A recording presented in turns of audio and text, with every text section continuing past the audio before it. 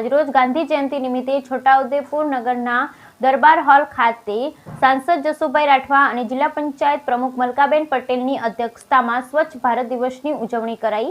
PM મોદીના ઉદ્બોધનનું live પ્રસારણ કરાયું અને 25 ગ્રામ પંચાયતોની ઈ-રિક્ષાનું લોકાર્પણ કરાયું।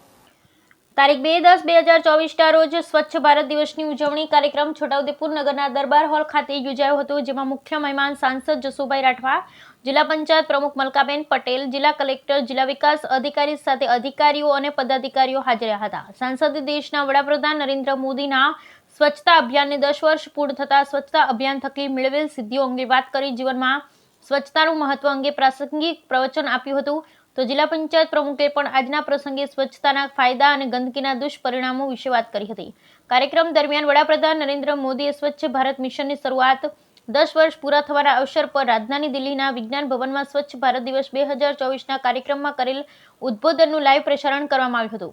કાર્યક્રમના ભાગરૂપે સાંસદ અને જિલ્લા પંચાયત પ્રમુખના હસ્તે 25 ગ્રામ પંચાયતોની સ્વચ્છતા માટે જરૂરી ઈ-રિક્ષાનું લોકાર્પણ કરાયું હતું। Bureau report Rehan Patel, Chhotaudepur. આજરોજ 2 ઓક્ટોબર મહાત્મા ગાંધીજીની જન્મ જયંતિ નિમિત્તે છોટાઉદેપુર દરબાર હોલ ખાતે આજે અહીં સ્વચ્છતા હી સેવાનો કાર્યક્રમ યોજવામાં આવ્યો છે। આમ તો આ કાર્યક્રમ 17મી સપ્ટેમ્બરથી શરૂ કરવામાં આવ્યો છે। હજુ 31 ઓક્ટોબર સુધી આ કાર્યક્રમ ચાલવાનો છે। તમામ પ્રજાજનોને મારી અપીલ છે કે આપ સૌ પણ આ કાર્યક્રમ સ્વચ્છતાના કાર્યક્રમમાં જોડાઓ। પોતાના ઘરથી લઈ આપણે સ્વચ્છતાનું શરૂઆત કરીને આપણું ગામથી લઈ તાલુકો, જિલ્લો અને ગુજરાત આપણું સ્વચ્છ બનાવીએ।